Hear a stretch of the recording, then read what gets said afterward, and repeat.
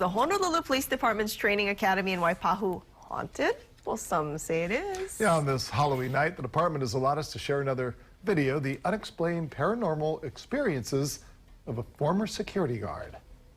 During the day, it's a pretty busy place with all the officers, training staff, and recruits on campus. But once the sun goes down, oh, this place is totally different.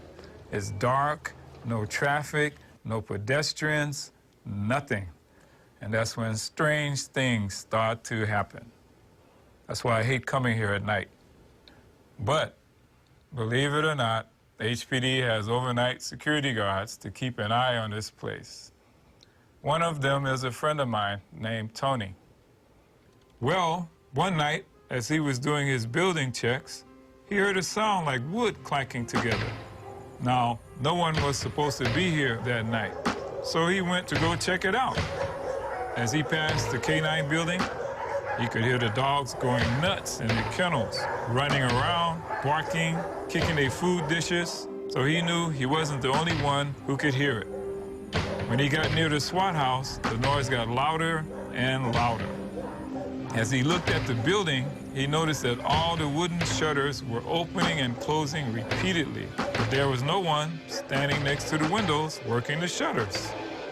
What's more, it was a windless night, so the wind wasn't blowing the shutters either. Tony took a few steps closer to the SWAT house, and all at once,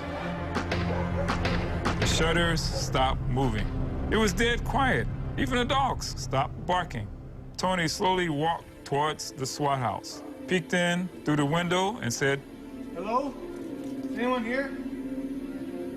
But no one answered, and the building was empty. But wait, Tony's story doesn't end there. A couple of nights later, Tony was doing his regular routine, closing the front gate, making sure it was secured, and doing his checks around the property. Everything seemed normal, and of course, he was the only one at the academy, so he decided to sit down in the breezeway to pass the time. But as he stared out into the parking lot, he noticed an old lady dressed in white walking towards him. At first, he thought the lady may have been lost or needed help. So Tony waved at her to get her attention, but she didn't respond and kept walking toward him. The funny thing crossed his mind. He didn't hear the gate open, so how did she get in? As Tony stood up to ask the old lady, she disappeared. Tony thought, oh no, not again. But this time, he decided he better call his supervisor about it. So he turned, and guess who's standing there? Yep, the lady in white. And guess what? She starts slowly walking towards him, eyes fixed and staring at him. By now, Tony is freaking out. He's so scared. He can't move.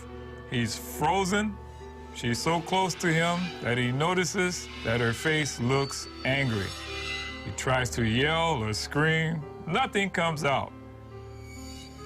Then whoosh, she disappears again.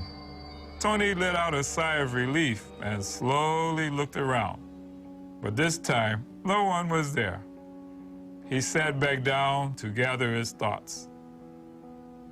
He couldn't believe that the ghost appeared twice and was coming after him. Tony was about to stand up and call his supervisor when guess who decides to show up? Yep, the old lady was back, and this time she was sitting right across from him. This was too much for Tony to handle. He sprang up and booked it the heck out of there. See, Tony should have taken my advice the first time, and none of this would have happened.